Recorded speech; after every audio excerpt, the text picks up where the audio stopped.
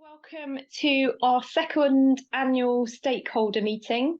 This was a new idea last year that Catherine and Kel came up with, which was the opportunity to really talk about our activities last year, this year, and in the year ahead.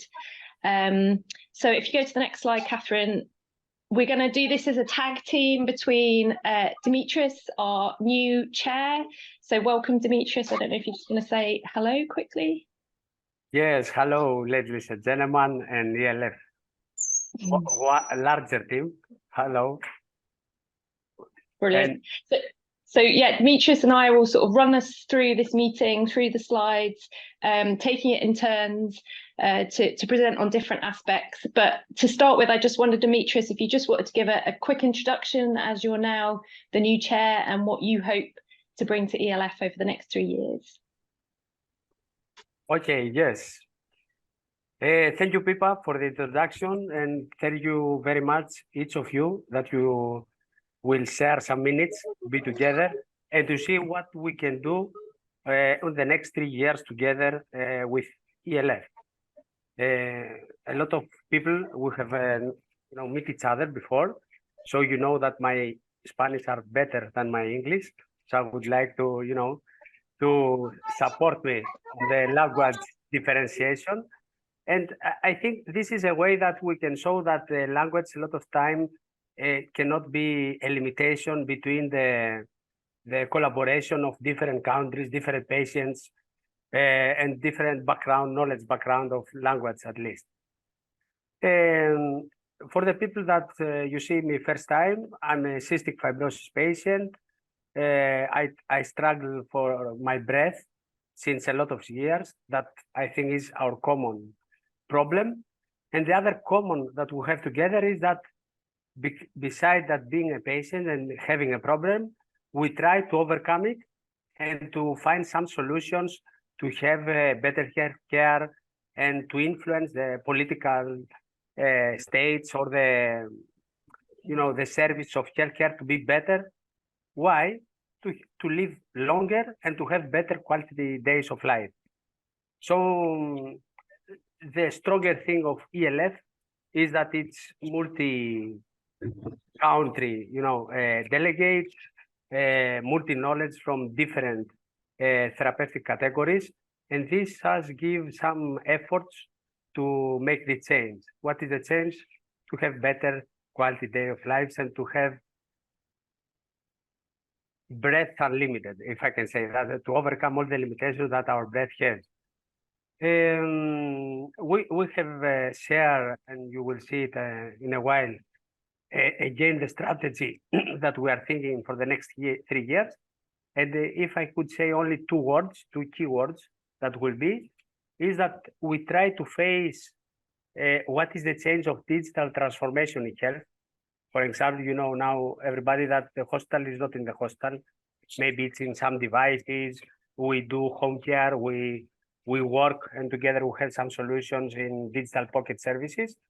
And the other thing is that we want to continue to be patient-driven, the policies, and to have an opinion about what happening to the healthcare services, independent in which country we talk about.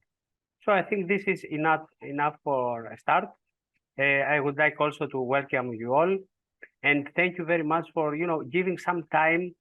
And the common hope is that this time that we put together in ELF basket of time, bank of time, to have a value back to ourselves and to our co-patients in our country.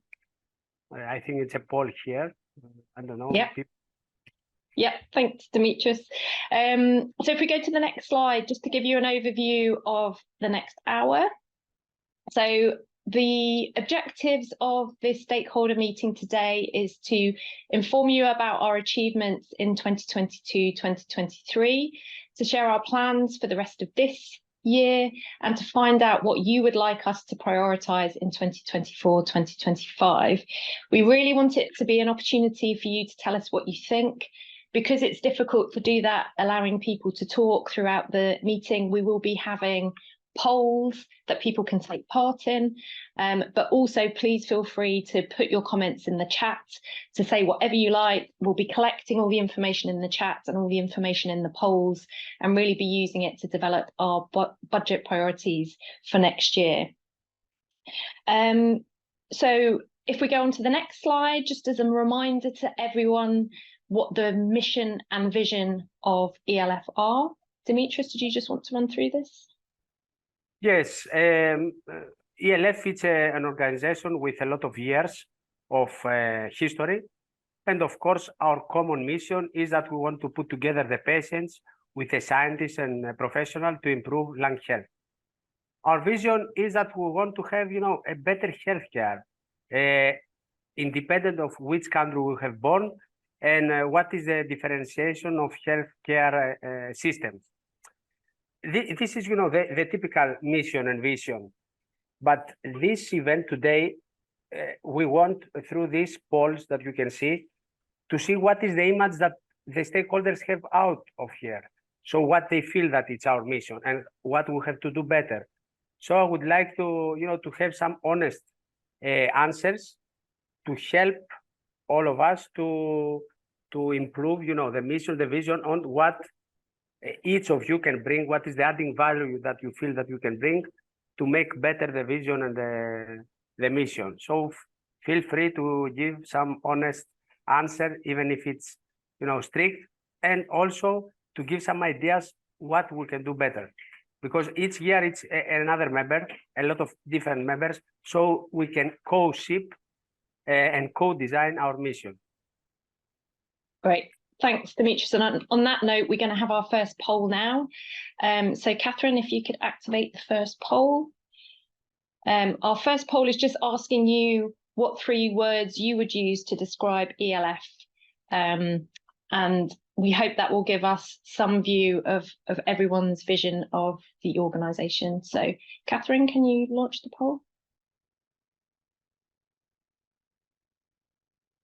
Hi, Pippa. Yeah, it's launched already, and a few of you have already started answering. So I'll give it a couple, another sort of 30 seconds. If you can put your 3 words in, and then we can share some of the words. And maybe it's some words, keywords that it's more wide. For example, maybe European power, because we have our power together. Maybe trust, maybe information, maybe I give some ideas that, it's the core values that we hope to offer through this channel. Pippa, Catherine, you can add some words. So sure, we'll just give everyone a few seconds to complete the poll and put their words in, and then Catherine will just tell us the outcome of the poll, and then we can move on.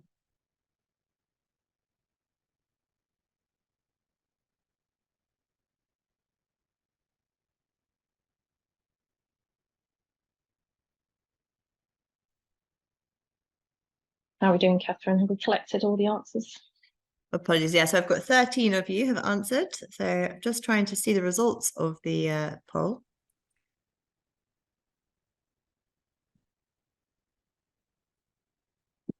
And stop sharing.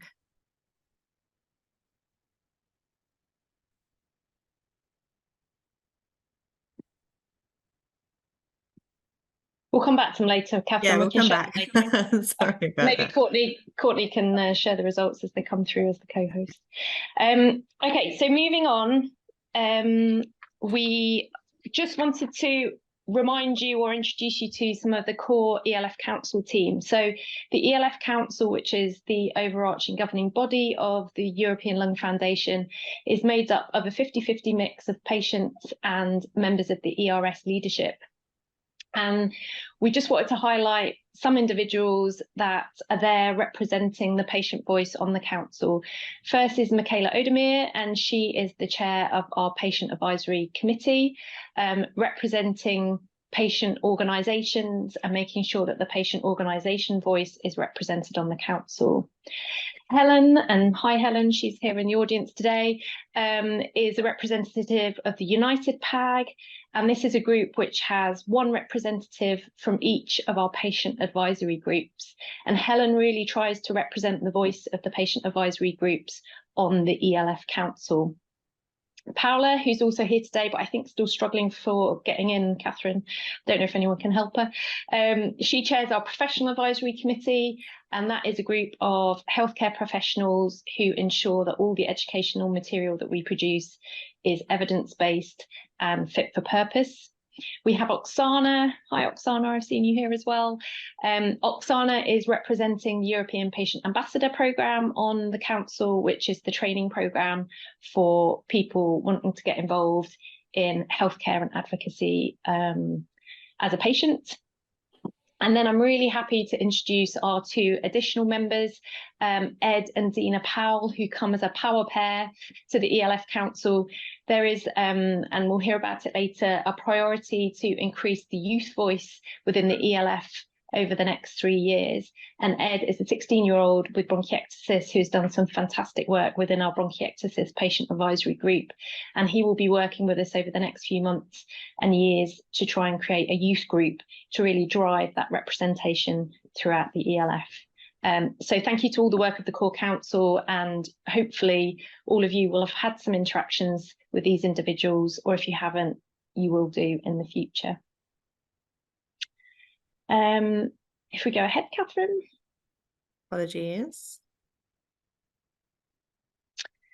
So we wanted to first just give you an update from our annual report 2022-2023. So we try and bring together all of the activities that ELF has done in any given financial year. And Rory's just posted on the chat the link to the latest version of the annual report.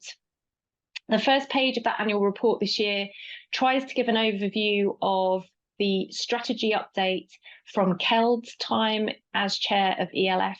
As you know, he began his mandate following on from Isabel, and hello Isabel, who's here today, and set out his vision in 2020 for where he wanted to see ELF in 2023. I'm really pleased to say that we really achieved most of what we aimed to within the strategy. And here are just a few highlights. So, for example, in being patient-led, we restructured the ELF Council to make sure that there was a 50-50 representation of ERS leadership and patients. We redesigned our website to try and improve knowledge and understanding. We really increased the number of activities we had to engage patients in, including increasing the number of EU projects that we were involved in and the number of patient advisory groups that we have run. We started work in Brussels, so we opened the Brussels office and really started to try and get involved in advocacy, working together with lots of you and other European organisations and national organisations, trying to raise the profile of respiratory health in the political domain.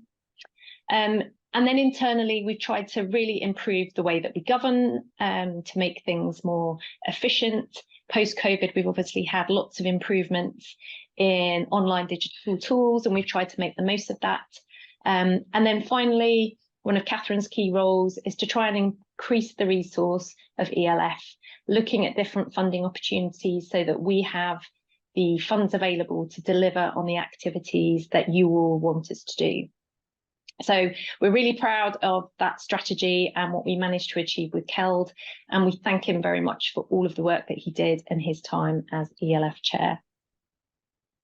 So if I quickly run through each section, I don't want to talk too much today, so I'm sorry that you're hearing a lot of my voice. So the first theme, or the first pillar in the strategy, was to improve knowledge and understanding. And I think the key highlight for us in this area was that we introduced guideline webinars. And the idea for this was to really spread information about guidelines and make them more available for the public. We also started our EPAP webinars, and this was an idea to really grow the EPAP programme. So for those of you who don't know, EPAP is an online resource where you can carry out modules, take modules to really help you become more involved in guidelines, in research, in advocacy. And EPAP Live is meant to really complement that and have online webinars helping people to gain skills and to ask questions and learn more about different topic areas. If we go to being patient-led, So a real highlight for all of us in the ELF office is the patient conferences that we've been able to run. These have really been a revelation for us during the COVID period, and we've been blown away by the way that our patient advisory groups have managed to plan and deliver these really fantastic sessions where professionals and patients are really able to talk to patients about the latest research, the way to manage their disease. And what really comes across for us as being amazing is being able to see the chat and being able to see patients discuss with each other their common issues, their common problems, and to try and find solutions. So they've really been fantastic. And also just thank you to all of you who've been involved in any of the different ERS projects we're involved in. So the patient input team have been helping you to contribute to 19 task forces and 17 clinical research collaborations, which is just outstanding. And yeah, all of that time and effort that's put into those really makes a difference and makes sure that the work that ERS is doing is absolutely patient-centered and patient-driven. So we've tried to continue to grow the way that we engage with people. So our website stats and our social media stats have been growing. And we had our first stakeholder meeting last year, and it was really important to us to have an opportunity to talk to you all. So thank you for joining again this year. And please, as we said, do contribute and give us your thoughts and ideas so we can continue to make this a useful meeting each year. Having a strong voice, as I mentioned, we've really tried to be involved in more projects, ensure that patients are really at the heart of some of these EU-funded big projects. So we've been involved in projects such as Optima, which is about lung cancer screening, in Fresh Air for Life, which is about working with youth to stop tobacco smoking and try and advocate for better air quality. We had a fantastic meeting 2 weeks ago in Stockholm with some of the wonderful 3TR patients, and I think I saw Theo here today. So we were able to really present the patient voice in that meeting, and that's a project looking at inflammatory diseases, so rheumatoid arthritis, asthma, COPD, Crohn's disease, and a great opportunity for our patients to really mix and meet and network with patients from other disease areas. And we've also, for the first time, really been involved together with some of our colleagues in the European Lung Health Group in commenting on different policies and consultations at the European level. And again, thank you to lots of you who have contributed to those statements and helped us to write responses from the ELF. So just very briefly, a financial overview. ELF does operate on a fairly small budget, and we try to deliver a lot on the budget that we have. As probably a lot of you know, we are core funded by the European Respiratory Society, but for the first time this year, we've actually managed to have 40% ERS funding and then 60% funding from other sources. And that includes donations, that includes organisations like the Clean Air Fund, who've recently funded us for some clean air activities, and also from the CRCs, where we're working with ERS CRCs to really push forward some activities related to patient registries and things like that. So things are looking healthy and things are looking positive, and we really hope to do just as well and do even better in the years to come. So Catherine, do we want to pause here for a poll? Is there at this point? Well, I think quickly, just to give you the overview of the previous poll, apologies, I couldn't do that a bit earlier on, but just some of the words that you're using, lots of patient solidarity, progress, patient help, union, support, supportive, involved, informative, active.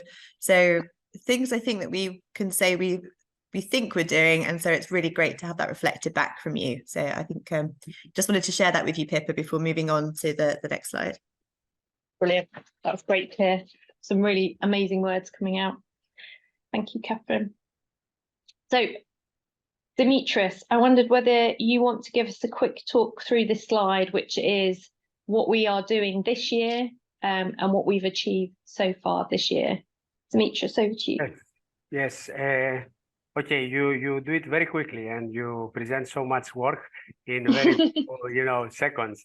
And at this point, I would like to thank you, all the ELF team and the previous chair, Kjeld and Isabella, that I know that was before, and putting so high, the level of what we have to do next. So trying to do more things.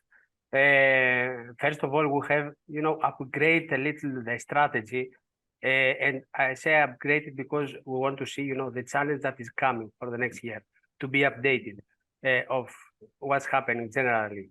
So I think we will put a link now in order to can see what is the strategy. And it's a process that happens, every month we evaluate what we are doing and what we have to do better. So feel free all the time to give us some comments on this.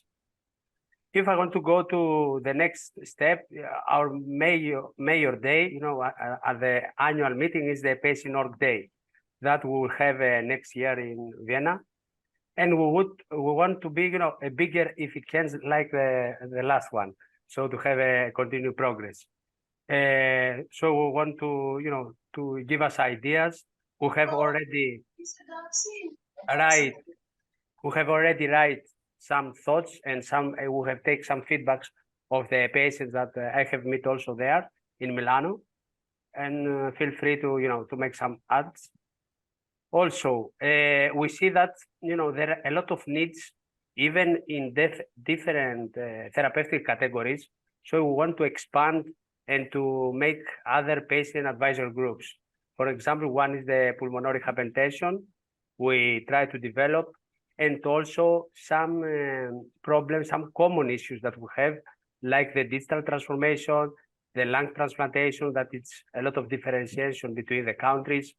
And if you see that there is a big need, or some people will want to, to create another advisory group, please feel free to tell us and we will do it. Another, crucial pillar that we have is about the environment. And you know that we are totally, connected with environment, with air pollution. So a big project that we run every year is the Healthy Lungs for Life.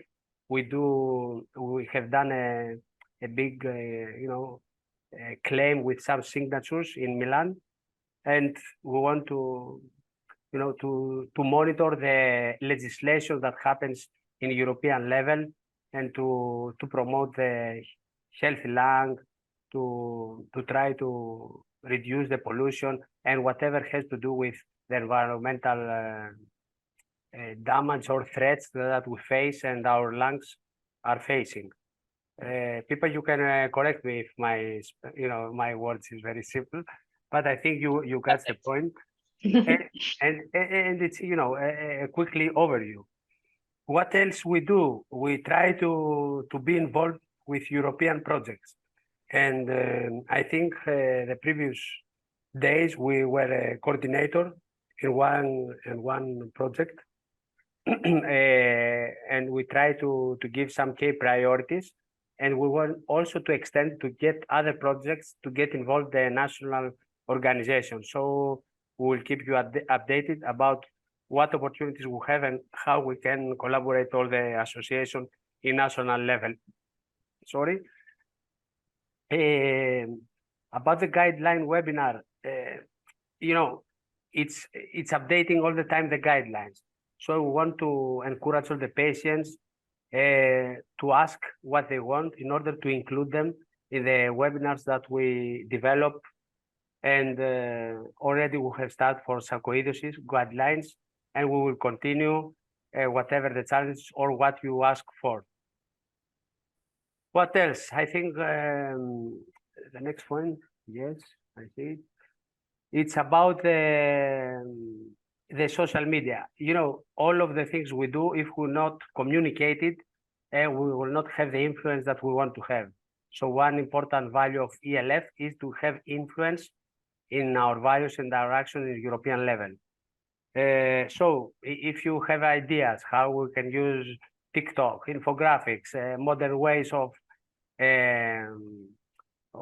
having influence, or for example, some event in European Parliament, feel free to comment us and to see how we'll do it. Rory and Lucy are, the experts on this, and we will give them whatever is needed, so find them. And finally, I think, that we have to make our collaboration in more compatible way and more organized way in some projects. So is the thing that I told before. We try to find some funding opportunities for collaborative projects, and everything you think that is needed, like IRC that is running now, or to exchange some best practices among national countries. Feel free to send us. And I don't know if people want in this, point to maybe make some more explanations. No, I think that was perfect, Demetrius. I think it shows already how much we've been doing this year so far. But there are still a few things to achieve. We're only about 6 months in. So, and the rest of the year, I think one of the most important things for us is the ELF Award. So Demetrius actually is chair of ELF because he was a ELF Award recipient a number of years ago, and that really built our relationship, didn't it, Demetrius, and got you more involved in the activities of the ELF. And we've had some really high profile recipients of the award. It gives us a real opportunity to connect with people, to recognise people for what they do, and to build connections in different sectors that we might not normally think about. So we would really encourage all of you to actually nominate people for the ELF Award for 2024. Are there exceptional patients who've done amazing things that need to be recognised? Are there people in other sectors who've gone out of their way to raise the profile of respiratory and really made a difference? So this year, for example, we gave it to Stefano Boeri, who has been designing buildings with greenery and foliage to try and make the urban area have cleaner air to breathe for respiratory patients. So we'd really like you to think about the award. We really want the award to come from the ELF community. So if you have any ideas or any suggestions for the ELF award in 2024, there'll be a chance in the minute to put it in the poll, but also we have until early 2024 to make our decision. So if you've got names and thoughts of people you think deserve a nomination, then please do let us know. We'll be continuing with our EPAP live events. As Demetrius explained, Lucy and Rory and the ERS team will be running an event on social media. That's quite shortly. And the idea is that we can work together to try and raise the profile of lung and respiratory health using social media. And so we'll be talking about tips and tricks, hearing from other organisations, campaigns that have worked really well for them, and try to share ideas and best practice. We talked briefly about new patient advisory groups, and Oksana has done fantastic work this year in bringing together lots of different organisations and different individuals from the pulmonary hypertension community to form a pulmonary hypertension patient advisory group. And again, this isn't to compete with any of the activities of other organisations, but it's really to bring everyone together and to make sure that pulmonary hypertension has the profile in ELF and ERS that Oksana wants it to. So we'll be working with Oksana to really develop that group and perhaps have its first patient conference next year. We also planning an air pollution and climate change patient conference at the beginning of December. This will follow on from the work that Demetrius described in Milan for the Healthy Lungs for Life campaign. We have a small working group of patients who are helping us develop the programme for that conference. If anybody's interested in being part of that, then do let us know. And we'll be working on the content and the speakers for that in the coming weeks. Finally, in January, in the first quarter of 2024, we'll be having the next edition of the Bronchiectasis Patient Conference. We've had up to 1,700 patients register for these conferences. It really is a fantastic community, the bronchiectasis community, and the Bronchiectasis Patient Advisory Group have done an outstanding job in bringing together a program year on year, which really interests everybody across the globe interested in bronchiectasis. So we'll look forward to the next edition at the beginning of next year.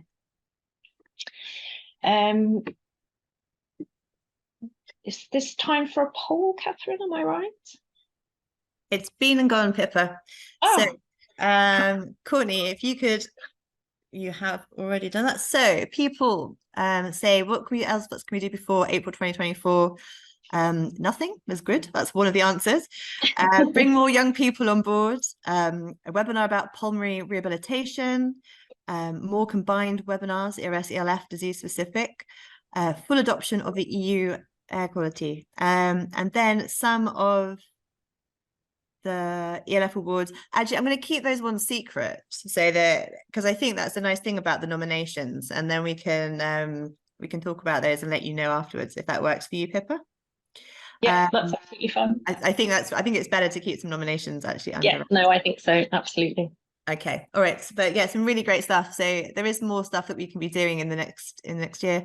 Keeping EPAP modules updated as well. But I think it is nice to have a few of you actually saying not to do anything else before April 2024. Then we've already told you today, so thank you for that. Armando, I just seen your question in the chat about project partnerships and funding.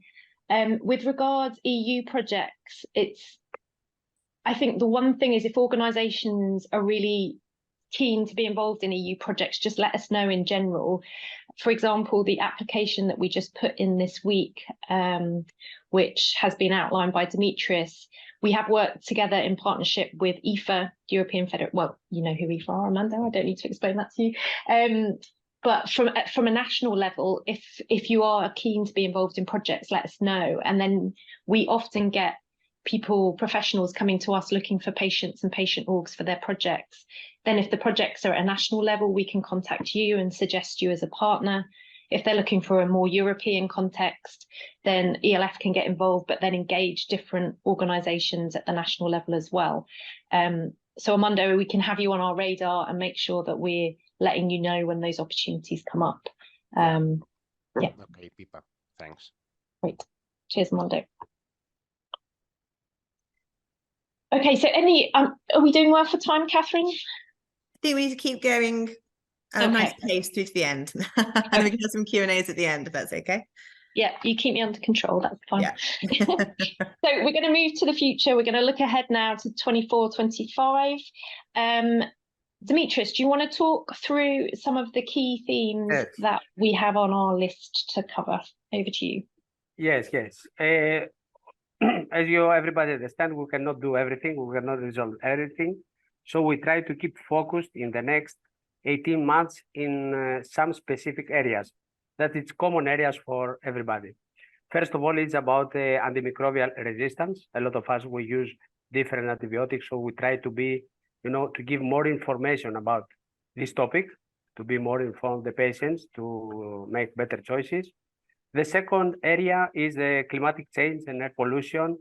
You already see Health Lung for Lives, but we're also trying to make some events or some information things or intervention in European level about their pollution. The third topic is transplantation. We have here lung transplanted patients also, and we know that there is a differentiation among the countries. And we will talk about later about this. We have prepared some actions. Another topic is transition. A lot of us, we are already adults, but we can remember that when we was teenagers, we have some difficulties in transition. So we try to help the new generation to make it happen better. Mental health, it's a issue that is getting grower all the time, and we face more and more. All the people, but also we have some common things as lung disease patients. Digital health, the other very modern topic that is the future challenges. And we want to see what are the devices that we use, what's new in the market, what are the challenges, is appropriate for everybody, and all of this, ecosystem of digitalization. And the other two topics is about rehabilitation. We already know that exercise and rehabilitation can give us more years, more survival rate, more quality, and we want to improve the information that we have and to develop some program also. And finally, the new thing that we are trying to do the next year is to focus on the youth, taking advantage of the new chair of ERS, that it's also pediatrician, and we try to collaborate close, and we are fortunate to have Ed and Zena, the new members in the council, that will help us in this area. So more or less, these are the topics. I think it's a lot for the next 18 months, but we are also a lot. And when you see a chance to make a project together, an event together, or intervention, or legal interventions, give us a note, and we will try to build together the actions and to enrich the already programmed actions that we have done in all of the ELF office have done. Great. Brilliant overview. Thanks, Dimitris. And I think this is one of the real values that ELF can bring, is kind of bringing together representatives of all the different disease areas on topics of common interest.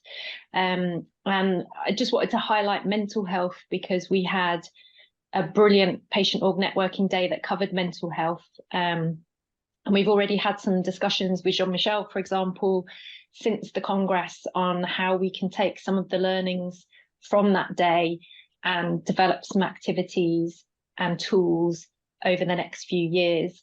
And, mental health is something that Isabel raised as a real issue back in her mandate as chair. So it's something that we really hope to be able to revisit and do some more on.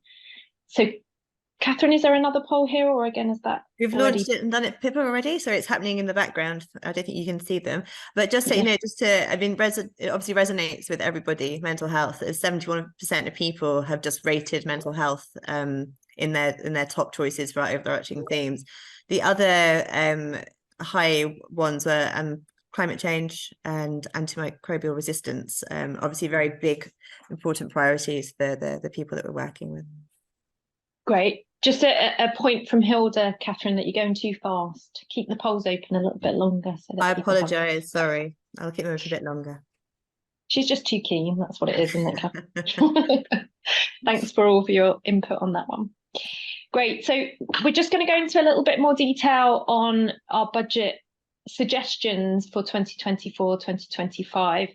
And just from a sort of practical perspective, what we do is we submit a budget at the beginning of November, which will set the tone for the budget in 2024-2025. So the next month or the next 2 to 3 weeks is the period where we really try and outline what we want to do next year.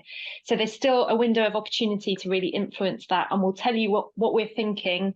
But if there's other ideas and other thoughts, please do let us know, so that we can make sure that everything's included that we might want to do together.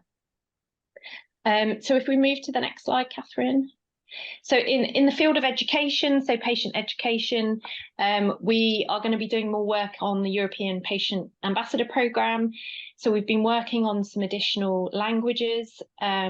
So post the conflict in Ukraine, we've been trying to provide the whole programme in Ukrainian, so that displaced people who've had to move away from their home country because of the war are able to learn how they can get involved in fighting for better healthcare wherever they end up. And Oksana and her organisation have been really key in helping us get this translated over the last few months. We've also been working with a group in Portugal who are working with a lot of patients and have asked for the programme in Portuguese. So once those are available, we'll obviously be working to promote those. But it is a resource available for free for any organisation or any network. So please do feel free to direct people to EPAP, or tell us your needs or things that you would like to see included in EPAP. We're going to continue with our patient conference series. We'll have bronchiectasis, actually number 4, not number 3, that's my mistake. We've been discussing with the ARCO, and I think I saw Marion earlier. So Marion and Karen on whether we can do an Alpha 1 patient conference. So there's real high hopes and plans to have that in place next year. And we'll be working with Marion and Karen and the Alpha 1 organisations throughout Europe to really make sure that's covering the topics that they want to cover. As I previously mentioned, the newly formed pulmonary hypertension group are really keen to hold a conference, and we will have the second edition of the chronic cough conference, which we have a really strong chronic cough patient advisory group who produced a brilliant first edition, excuse me, last year. If we go to the next slide.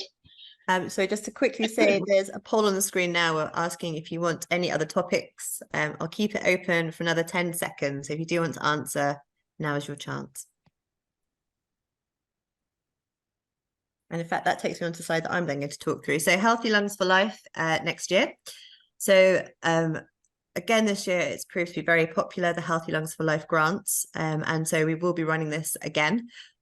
We definitely have 5 grants, but I mean, this year we've ended up giving out 20 grants. I don't think we'll have quite as many next year, but who knows? Hopefully with a bit of extra funding like we've got this year from Clean Air Fund, we can do more work and work with more of our partners globally. We also plan to deliver a spirometry event again in Vienna and do some campaigning. This year, the Clean Air campaign that we ran was really successful. We really connected with local people and made a really positive impact on the politicians there and got a lot of press coverage. It might be that Vienna, there's a more important topic for us to talk about, but we're certainly open to engaging with one of the topics that we run under our Healthy Lungs for Life campaign. We would love to do something that was equally as impactful next year, whether that's clean air, climate change, take the active option, or looking at anti-tobacco. That we'll keep you posted.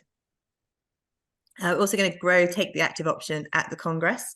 So this year we relaunched it for the first time in a long time, and we had 300 people sign up. We actually sold out. So we're going to look at expanding that at Congress this year and making it big enough for 500 people, and just seeing how we can improve the experience of the day. And then also Take the Active option. Well, I think Dimitri will talk about it slightly more a bit later, but we've got a new fundraising project. We're going to evolve it from what we've been doing the last few years. We want to work with more strategic partners. We've been working with Clean Air Fund this year, and it's worked really well for us. And not just Clean Air Fund, but we also work with C40 in Milan, and we also worked with Forest Army. And it's really good to connect with people with similar visions and the same kind of goals to really support each other as we run our campaigns. And using Healthy Lungs for Life for advocacy. Again, we did really well this year in creating patient advocates and also medical professional advocates, getting people to voice their opinions on the importance of clean air policy by really connecting the importance of clean air for good health. We want to continue our work around that and develop the advocacy page for Healthy Lungs for Life, and also really urge people to share it. It's not our product, it's everyone's product. So please take it, share it. Tell us if you want to collaborate, tell us if you want to work with us. We're also updating the event toolkits, and this is especially important for anyone who wants to run a Healthy Lungs for Life event, because the idea is that the event toolkit is like an event in a box for you, so that we're here to support you and you don't have too much work to do in terms of working out your messaging, creating materials and running a social media campaign. It's just getting the message out to people. And then also with Healthy Lungs for Life, actually I should just say, if you want to work together with the Healthy Lungs for Life campaign or event this year, please get in touch with me. I'd love to talk to you and see what we can do together. Paula, I believe you're here now, aren't you? And if you have a couple of minutes to talk about Healthy Lungs for Life for schools, that would be fantastic, because I know you've been doing some great work very recently. Yeah, sure. Recently, last year, we started this new project focused on education of all young kids in secondary, in elementary school and secondary school. And the topics are the topics of the Healthy Lung for Life. So basically, the air pollution, clean air, and basically smoking cessation. And we started this year in Italy. So we actually connected with a few schools in the south and in the north of Italy. This week, actually, we started in the south in Bari, where I'm located. And so far, it's been a lot of fun.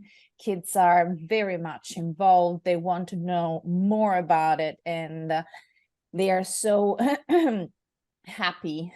They feel they can do more for themselves, for their families around.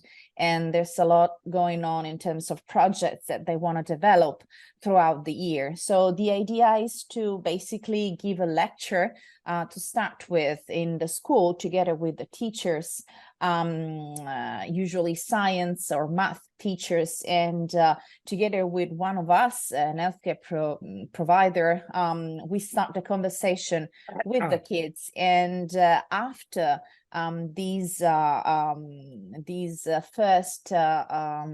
this first meeting, the teachers and the kids will go through the project throughout the year, and therefore will together organize somehow a product or something to show us, and that will be then part of the Congress the next year.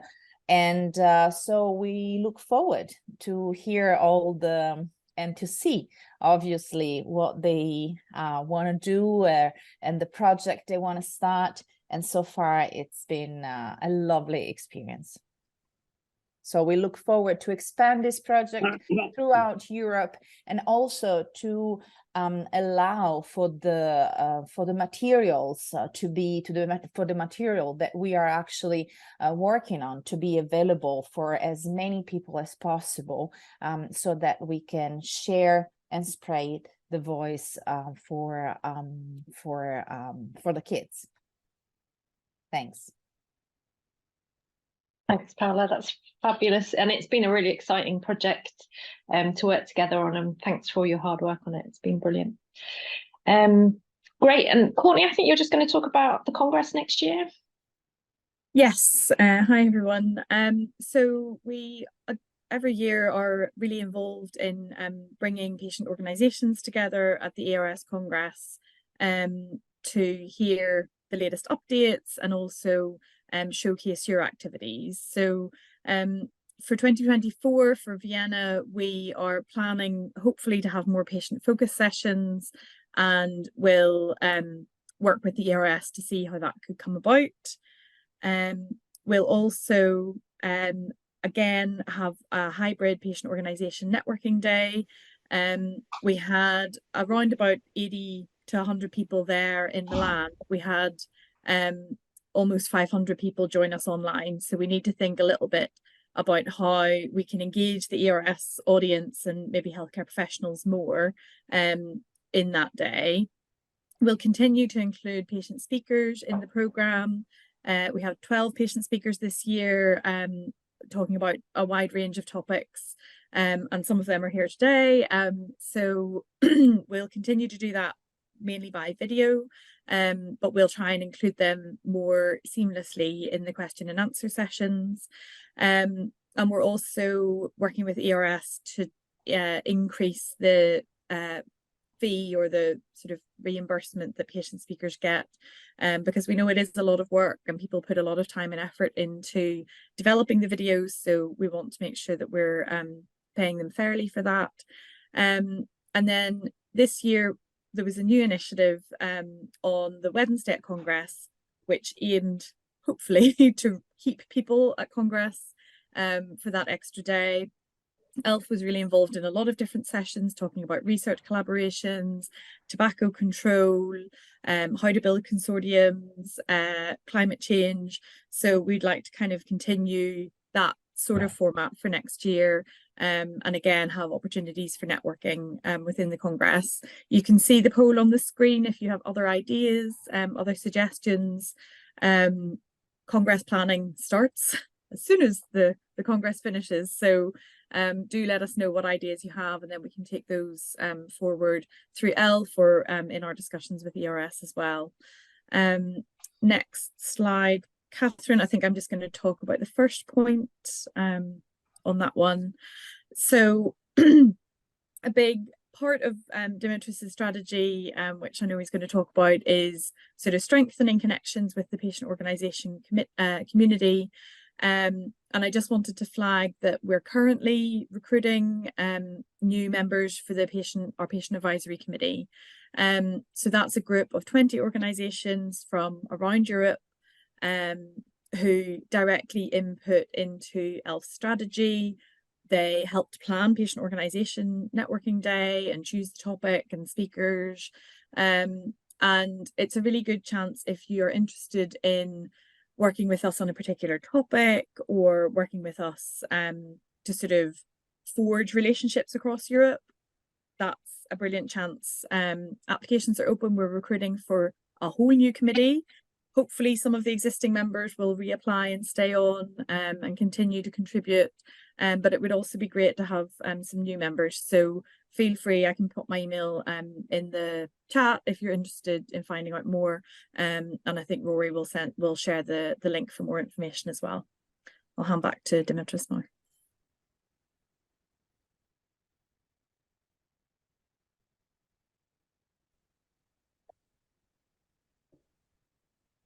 Dimitris, are you taking this point, or do you want me to?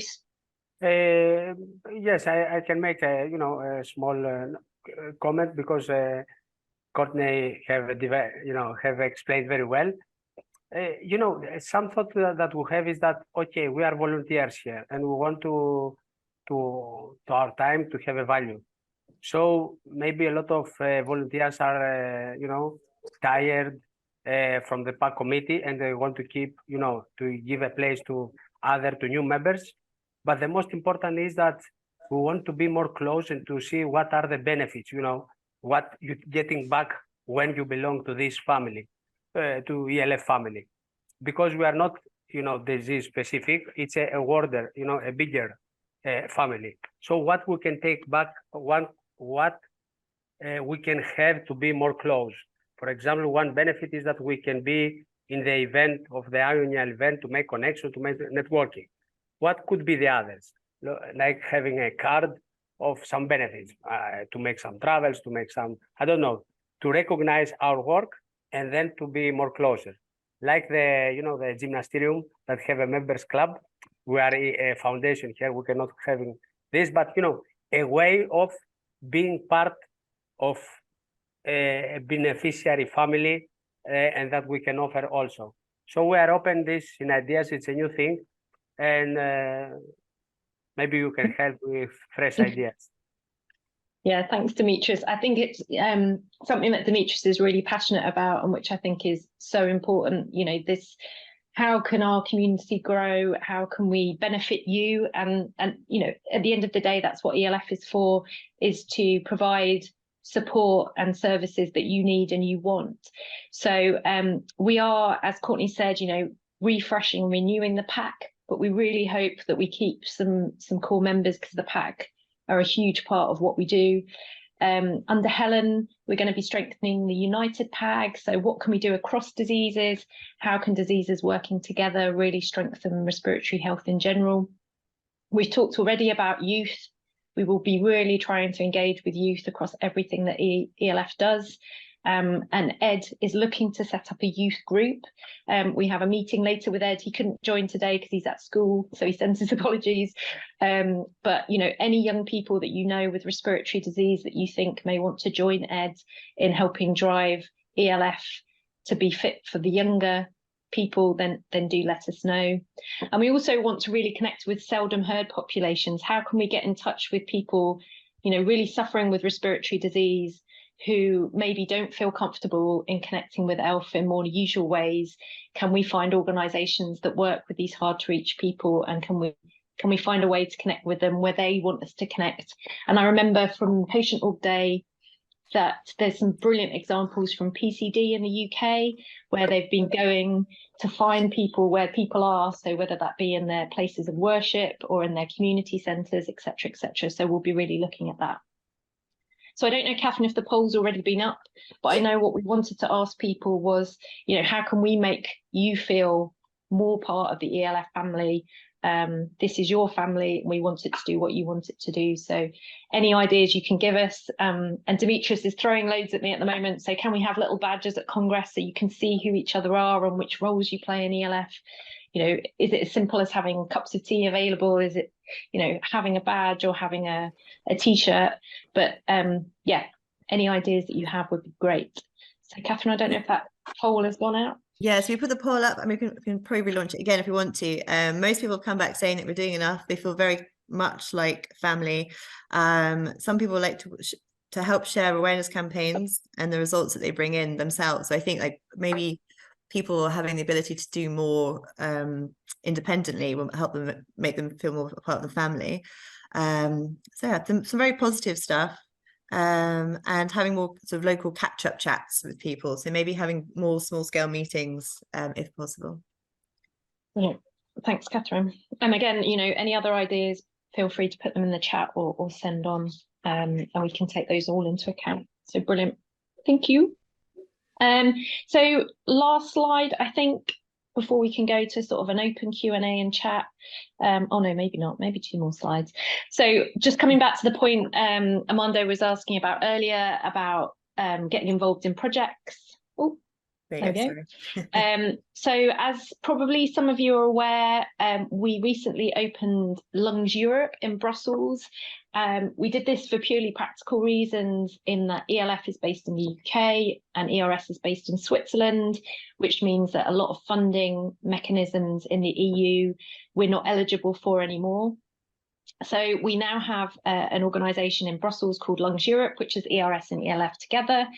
And the idea is, where there are calls, we can help coordinate and potentially write applications to really try and involve as many people in the respiratory community as possible in EU projects, and to really try and raise the opportunities there are for the respiratory community to get the funding and to deliver on those projects as a partnership between patients and professionals. I think that's the really key thing. So if you do see projects, calls that you want to get involved with and you think we might be able to support you, then do let us know. We're hoping we can also help connect you with professionals if you need them for their projects, and help ERS clinical research collaborations where patients and professionals are already working together to obtain the funding that they need to do the research that they want to do. Next slide is on fundraising, and I'll pass that over to you and Demetrius, Catherine. So Demetrius, I'll go through the technical aspects and then you can give some of the passionate speak about the Chairs campaign, if that's okay. So we're going to continue to grow our fundraising income with 2 new products that we're launching later this year and next year. The first is the ELF Chairs campaign. It's a decision we made towards the end of Keld's chair, unfortunately for him. So Dimitri gets to be the first to launch this. This gives us an opportunity to run a campaign that's 3 years long, and is something that's close to the chair of ELF's heart themselves. So for Dimitri, this will be on transplantation. Because it's 3 years, it gives us a lot of time to really build the information and to build the different elements of the campaign. So the initial launch will happen in November in the next newsletter, and we will be, as well as giving out information and launching a new webpage, we're also going to be asking for funding to help fund with some of the projects that we want to link to this campaign as we move forward over the next few years. Dimitri, do you want to say anything on the Chairs campaign and transplantation?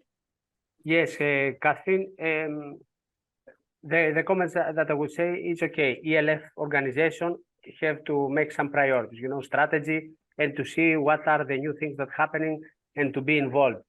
But maybe it's better to have each period, each mandate of the chair more close, you know, campaign that is more, you know, not engaged, that it's the main pain, you know, of each chair. And as you probably know, I have denied my lung transplantation in order to have the new innovation for cystic fibrosis, but now I have to be lung transplanted. Greece, it was not so organized with lung transplantation. I see a lot of Balkanian countries have a problem, so we try the campaign to be for a very specific reason, and to have, of course, the 3 years time to make all of this happen, because a campaign for 3 months, 6 months, it's very close time, it's very close to have some results. So this is about the campaign, and the next 3 years will be something that is fit on the purpose of the personal purpose of the next chair. And we have already prepared a lot of information, things in a website, especially for lung transplantation. So it's an open call for everybody, and especially for the association that works on lung transplantation, in order to deliver some, better material, or some to co-design the next actions. And another, aspect when you see a European Lung Foundation, a European umbrella, is, okay, guys, how we can be involved and to be part of our project. And this is the Take the Active option. It's a channel that we can collaborate with another, companies, to have a physical aspects of lung health, and to make co-fundraising, if I could say like this. I don't want to be more in technical details, but this is the feeling that something more personal involved, and something that we can in action collaborate the national organization. So I think we are getting close to the end to hear you, because maybe you are bored of our voices, especially mine and Pippa, and would like very much to see your direct feedback here. Yeah, thanks, Dimitris. Absolutely, I'm bored of my own voice, so I'm sure others are. So yeah, I think we've got about 10 minutes left. Just open if there's anything people want to comment on, questions you want to ask. Helen's here, Oksana's here, Paula's here. So some of the members of the core council who could join us today. We've got some of the ELF team, so Courtney, Lucy, Rory, Catherine. So again, any questions, just any comments, please, the floor is open for anyone who wants to say anything. Maybe, Catherine, we can stop sharing slides and then we can see some faces. That's a good idea. Yeah. Hi. And the veterans will have more, comments. I guess I've got one question. Just, I'd quite like to hear from people if they think this is a useful meeting to have each year. Does it help you be better informed in the activities, or do you think that information, are we duplicating information? That's what I want to know from hi. Hi, everybody. Sorry for this late. I got my time zone wrong. But hopefully I can catch up with you all. I think that we need more meetings. It's insufficient. We just can't. ELF is huge now, huge number of people. And to be able to do justice to the excellent work that everybody's doing, I really feel we need to have more regular catch-ups, perhaps in smaller groups, whatever, because otherwise we're out of touch. We're largely out of touch, so we're losing our effectivity. I mean, just as Dimitris said, this campaign, it really needs some good solid working together across the countries that are resource poor, in particularly, and how all other countries could help. So that's a big project, actually, if you think about it in communication terms. And other projects that we're doing that we've had success with for World Lung Day, and we've seen low activity sometimes from other institutions, where we could really harness some of these campaigns that some organizations are doing and just add ourselves into them and really extend our voice and our outreach much more effectively. But we need to be able to plan this prior to the year ahead, and set up at least a few goals that we can conquer together in key areas. I think that may need prioritizing specific projects and grouping people better, but I think it would be helpful if we could achieve that. Yeah, I mean, it's a really good point, Shane. I mean, saying more meetings surprises me, because I always worry that we have too many meetings as it is. So, I mean, maybe, it would be, again, nice to hear other people's views. I mean, please feel free to put in the chat, are there too many meetings? Are there not enough meetings? I mean, I presume, Shane, you're thinking online, or are you thinking more face-to-face or online? Good. Good. But I mean, it's good to know, because I think we know that everybody is time poor, everybody is resource poor. So we don't want to overwhelm people with too many meetings. But if there are not enough, then absolutely we need to make sure we're giving people more of an opportunity to meet and contribute. So thank you, Shane, for that. Yeah.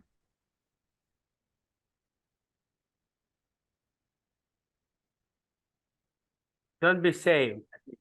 Leo, Armando, Manny, Debra, maybe it's a lot of what we have heard, but if you have something specially that is focused on you, take some time in the weekend and find the appropriate Rory for social, and for young people, whatever idea you have, try to build it and then bring it in front of everybody. So it's just a reminder today, picking you. But I want to not to tick the others, to Dolibon, Shielded, okay, we have a lot to do. But guys, let's build it together and with your time. But you have right saying that we have to be in touch more closely, but with specific things, not general. Yeah. Now it's a general overview, but something special that fits on you. I think, and maybe we can open the invitation, Demetrius, for people to get in touch if they want a meeting directly with me, with you, with any one of the team. Don't think you have to wait for a meeting or an occasion where there's a planned meeting. If it would be helpful, we can always find time to have separate discussions with people. So, yeah, the door's always open. Please feel free Like to. an annual coffee break, for example, every first Saturday of the month. Okay, let's make some tea in the 9 o'clock and do chat. That's it, a sort of drop in that you keep regularly and everybody sets it up in their calendar, and then we can always, otherwise the calendar, as we know, becomes a nightmare very quick. And then it's hard to find time. But if you establish, a slot, I think it could be helpful. Yes. Debra? I would agree. The first thing I need to apologise is I've been travelling and my diary normally updates itself, but I had this timing wrong. So I've only recently just logged on. So will you share the slides that I've missed, please? That's the first thing to say. I don't know why my diary didn't update on this invitation. But for me, we are a member. We're a small bespoke charity, Out Positive UK, for a particular type of lung cancer. But we've always felt that there's great opportunity to share across best practice and to, my phrase is steal with pride. If someone's doing something somewhere else and it's working really well, is there anything we can take from that and learn?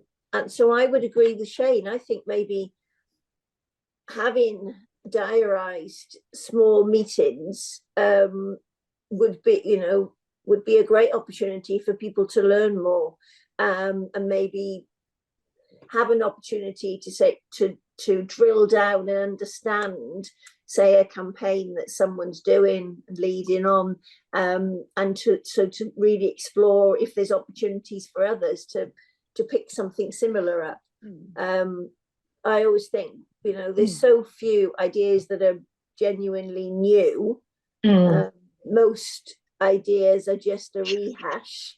So the more we can hear about people's ideas, then the quicker we can speed things up, rather than waiting to have the brainwave and think, oh, this is a great idea, when actually someone did it 6 months ago, knows all the pitfalls, but also knows what the quick wins are. Brilliant. I think that's a great point, Deborah. And a couple of other things I'd just mentioned, and I think we'll definitely look into that idea of having a regular drop-in slot where anyone can drop in and discuss. But just to mention, in the newsletter, the patient org roundup. So that's the opportunity each month for people to talk about the campaigns and activities they're doing. We use that hugely, even internally, just to see what everyone's doing, to spot where there's something brilliant and be able to jump on it. So we have sent two things in, and we have been published twice. So Great. so yeah, I think it is a great, and I always scroll down and have a look whenever the newsletter comes out and go, oh, what's someone doing? So yeah, I think that's a really good slot. That one is definitely. Brilliant. Great. Yeah. Thanks, Deborah. And just to mention that we will share, there'll be a recording of this, plus all the slides and all the poll results that we'll pull together at the end and send out to everybody. So if you've missed anything, and apologies, because Shane also had the time zone issue, apologies for anyone who got the wrong time in their diaries. So great. No, thank you. Lovely. Thanks, Deborah. Anyone else got questions, comments, brilliant suggestions?